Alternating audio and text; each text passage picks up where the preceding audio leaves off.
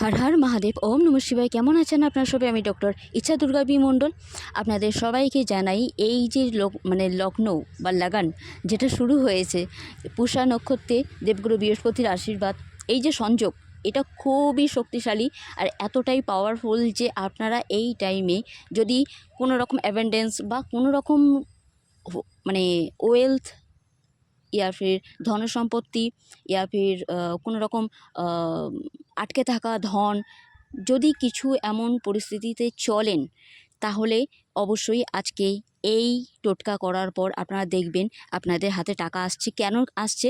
কারণ একটা কথা, প্রথম কথা, বৃহস্পতিবার মা লক্ষ্মীর একটা বড় দিন, তো সেই মন্ত্র জপ করতে ভুলবেন না। তারপরে দেবগুরু বৃহস্পতির মন্ত্র অবশ্যই জপ করবেন, ওম গাম গিম গোম স গুরবে নমঃ।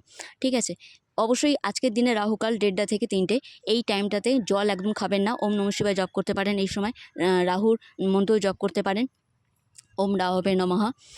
এই আজকের দিনেতে এক চুটকি হলুদের সাথে জলে মিশিয়ে, গঙ্গা জল মিশিয়ে সেই জলে স্নান করা আপনার জন্য খুব ভালো হবে।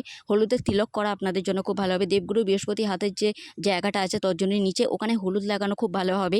তার সাথে সাথে আজকে এক চটকি হলুদ, 2টো লবঙ্গ দিয়ে, সর্ষের তেল দিয়ে বা ঘি দিয়ে, ঘিটা দেওয়া বেশি ভালো হবে, সেই দিয়ে তুলসী গাছের তলায় আপনারা যদি পুজো করেন, দিয়া জ্বালানো যাকে বলা হয়, আর ওম নমঃ নারায়ণ নমঃ এটা যদি জপ করেন আপনাদের জন্য খুব বেনিফিট হবে। কারণ আজকের দিনে আপনারা যা উইশ করবেন আপনাদের উইশ পূর্ণ হবে। তাই আজকের দিনে টাকা, ধন সম্পত্তির জন্য আপনারা উইশ করতে পারেন।